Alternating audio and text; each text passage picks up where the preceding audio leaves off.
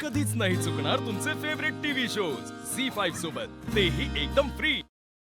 ऐक ना, मला भूक लागली आहे. वाढते जेवायला.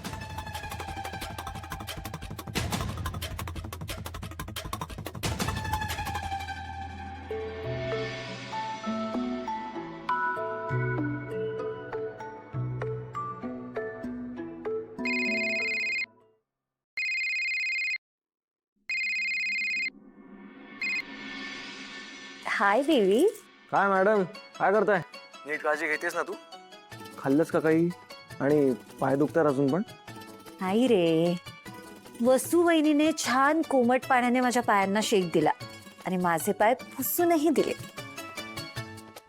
सो बरं वाटतंय मला. अरे वा. नाही, वसू वहिनी चांगली काळजी घेईलच तुझी. बाकी सगळे काळजी घ्यायला तू सोड. अखिल, मी खूप मिस करते तुला. मला असं वाटतं तू सतत माझ्या जवळ असावं.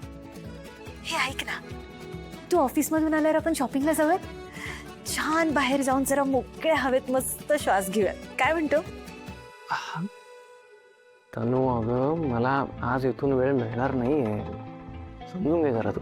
मग अखिल, तू मला कधी वेळ देणार आहेस? अगं, मी सहज चौकशी करण्यासाठी फोन केला होता. तू काय लगेच प्लॅन्स बनवतेस? थांब जरा, मी घरी आलो ना की बोलू आपण. चल बाय.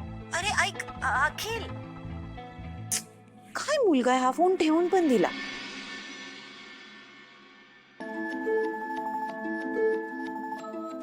ठीक आहे.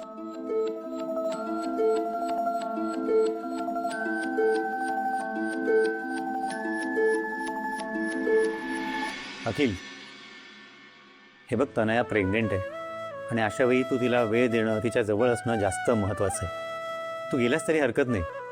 मी आहे, आकाश आहे, आम्ही सांभाळू. तू आहेस रे दादा, पण तू जॉईंट CEO आहेस. माझ्या साईन शिवाय तुला काहीच करता येणार नाहीये. आणि दादाचं म्हणशील तर तो काय, तो एम्प्लॉई आता. आणि कसं आहे, तुला जर का आता असं वाटत असेल की तनयासाठी मी घरी निघून जाईन आणि इथलं सगळं तुम्ही सांभाळाल, तर तसं काही होणार नाही. मी इथेच असणार आहे. अखिल, तुझा काहीतरी गैरसमज होतोय. माझ्या म्हणण्याचा तो उद्देश नव्हता. I know. इन फ्युचर जर तुला कधी असं वाटलंच तर त्यासाठी सांगून ठेवलं, बाकी काय नाही.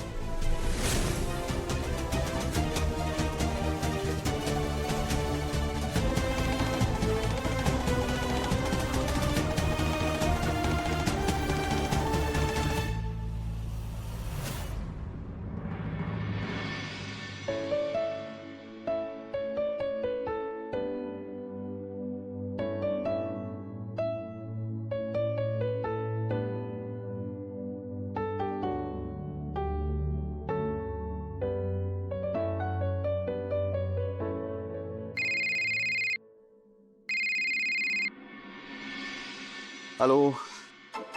हॅलो, काय करताय? जेवलात का? हा, बस जेवतोय. तुम्ही? मी नाही जेवले. उपास आहे ना माझा म्हणून. वसुंधरा, अहो काय करता तुम्ही? हा, दिवसभर एवढी कामं असतात तुम्हाला, मुलांच्या मागे पळत असता आणि बरं आता हे उपवास. अहो आजारी पडाल तुम्ही असं. हे बघा, तुम्ही असं स्वतःला त्रास. अहो, संकल्प केलाय मी म्हणून उपास आहे. ठीक आहे. नाही ठीक आहे, तुम्ही नाही ऐकायचं असं ठरवलंय ना. तुम्ही नाही जेवणार तर मग मी पण नाही जेवणार. सर, तुम्ही येता ना जेवायला? ऍक्च्युली माझी तब्येत ठीक नाही वाटते आज. एक काम करा, तुम्ही जेवून घ्या आणि माझा डब्बा घेऊन जा. मस्त झाली भाजी. खाऊन घ्या. चल, थँक्यू. बोला. अहो काय करताय? थांबा. डबा का देताय? अच्छा, म्हणजे तुम्ही तिथे उपवास धरायचा आणि इथे मी मस्तपैकी जेवायचं का? हे बरोबर आहे? काही नाही, तुमचा उपवास तर माझाही उपवास. ठरलं. हो, थांबा जरा, धीर धरा. आम्ही बायका उपवास करतो कारण आम्हाला वाटतं की आमचा संसार नीट चालावा, तुम्ही खुश राहावं म्हणून. म्हणूनच मी पण करतोय. कारण संसार हा एकट्याचाच नसतो ना, संसार दोघांचा असतो. तुम्ही नाही जेवणार तर मी पण नाही जेवणार. आता एकही शब्द ऐकणार नाही मी. संध्याकाळी आलो की एकत्र जेवूया आणि एकत्रच उपवास सोडूया. बाय.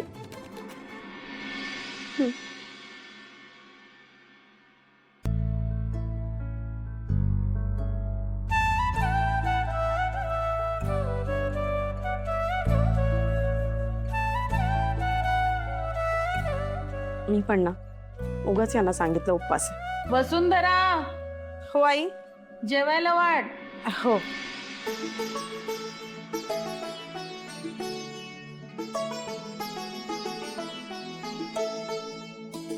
कामं झाली सगळी तनयाच्या रूम मधली? हो आई, सगळी कामं झाली. तनयाचे पाय कोमट पाण्याने शेकून घेतले आणि पुसूनही घेतले. या जेवायला वाटते. वसुंधरा, तू या थराला जाशील असं नव्हतं वाटलं मला. म्हणजे मी तुला घाबरले नाही, तुझ्या कारस्थानांना बळी पडले नाही म्हणून तू तनयाला वेठीला धरलंस, तिला धमकावलंस. आई काय बोलताय तुम्ही? मी तनयाला का धमकावेन? तू तिला म्हणाली नाहीस की जसं मी आकाशला त्याच्या आईपासून दूर केलं तसंच मी अखिललाही दूर करणार म्हणून?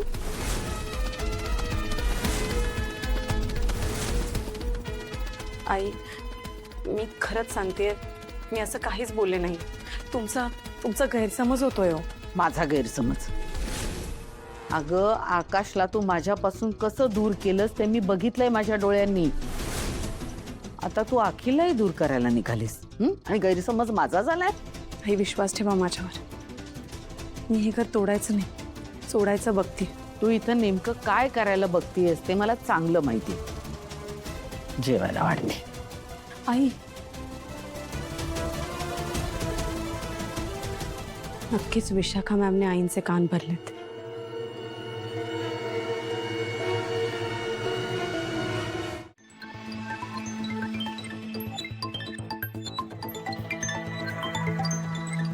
आलात काय? आता थंड पाणी देऊ का लिंबू सरबतच घेताय?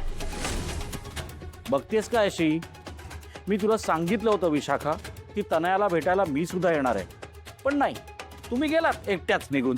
एक मिनिट, तुझं काय काम होतं तिकडे? काय काम होतं म्हणजे? अगं तनया माझी सुद्धा मुलगी आहे ना, आणि ती आई होणार आहे म्हटल्यानंतर मला तिला भेटावं असं वाटणार नाही का विशाखा? एक मिनिट मला एक सांग, आज एवढं बळ कसं काय आलं तुझ्यात इतकं बोलण्याचं? एनिवे, आता मी जे काय सांगते ना ते नीट आणि शांतपणे ऐक. मी कृपा करून याची कुठेही वाच्यता करू नकोस. आपली तनया प्रेग्नंट नाहीये. काय म्हणजे? म्हणजे काय म्हणजे? त्या वसूच्या जाचातून सुटण्यासाठी तिने फक्त नाटक केलंय. वा, आणि तू तिचं कौतुकच करून आली असशील नाही? ऑफकोर्स, माझी मुलगी आहे स्मार्ट. मला ना तुमचं काय करावं हेच कळत नाही. कसली हुशार तू, एक मूर्ख आणि ती दुप्पट मूर्ख. विशाखा, अगं कोणाची प्रेग्नन्सी हा खोटं बोलण्याचा मुद्दा असू शकतो का? खोटं बोलताना निदान विचार तरी करायचा नाही, पण तेवढं डोकं तुम्हाला नाहीच आहे ना. झी 5 ॲप डाउनलोड करा आणि पहा सर्व एपिसोड्स एकदम फ्री.